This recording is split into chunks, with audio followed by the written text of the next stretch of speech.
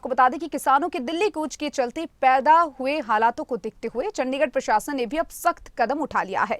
लोगों की सुरक्षा और कानून व्यवस्था को ध्यान में रखते हुए प्रशासन ने अगले 60 दिनों के लिए चंडीगढ़ में धारा 144 लगा दी है। ये आदेश डिस्ट्रिक्ट मजिस्ट्रेट विनय प्रताप की तरफ से जारी किए गए। अब ऐसे में 5 या 5 से अधिक लोगों के इकट्ठे होने पर जुलूस, प्रदर्शन, पैदल या ट्रैक्टर ट्रॉली और अन्य वाहनों के साथ मार्च पास्ट करने पर रोक लगा दी गई है।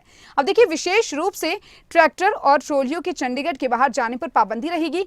कोई भी व्यक्ति लाठी, राड या हथियार लेकर नहीं चल पाएगा। चंडीगढ़ प्रशासन ने लोगों को ये सलाह दी है कि जारी किए गए आदेशों की पालना करें। हमारे साथ हमारे संवाददाता हरसिमरत जुड़ी हुई हैं, उनका एक बार फिर से रुख करना चाहेंगे। देखिए हरसिमरत, जहां एक और देखा जा रहा था कि हरियाणा के ऐसे जिले थे जहां पर सतर्कता बरती जा रही थी, सुरक्षा के जो इंतजाम थे वो माकूल यहां पर किए गए, तो वहीं चंडीगढ़ में भी अब अलर्ट यहां पर जारी कर दिया गया है और धारा 144 यहां पर लगा दी गई है। क्या कुछ कहेंगे?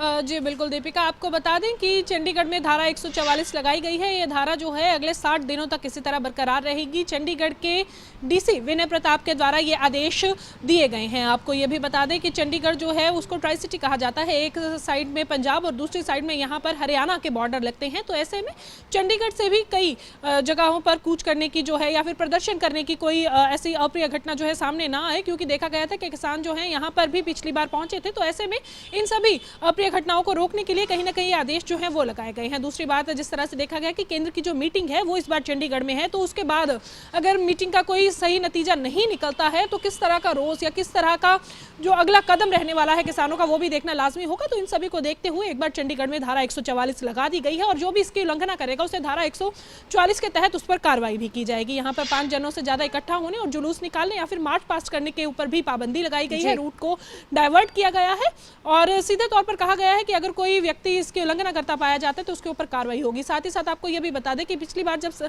आंदोलन हुआ था, किसान आंदोलन, तो एक सिख बुजुर्ग की तरफ से जो है सेक्टर 17 मटका चौक पर धरना लगा दिया गया था, जिसको काफी लोगों का समर्थन मिला था। दूर दूर से लोग यहां पर उनको समर्थन देने के लिए पहुंच रहे थे।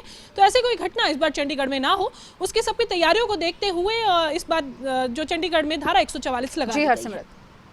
चलिए, बहुत बहुत शुक्रिया हरसिमरत, आपका तमाम जानकारी को विस्तार से साझा करने के लिए।